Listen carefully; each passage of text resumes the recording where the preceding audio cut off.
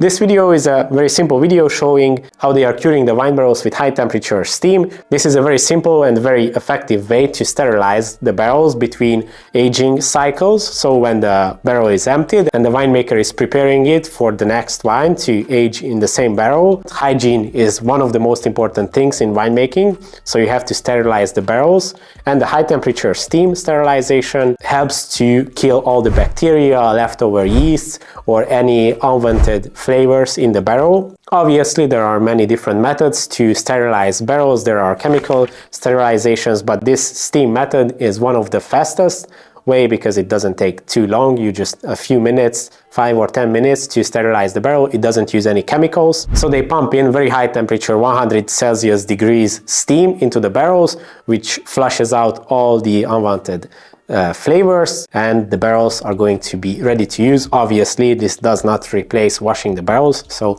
this is after cleaning them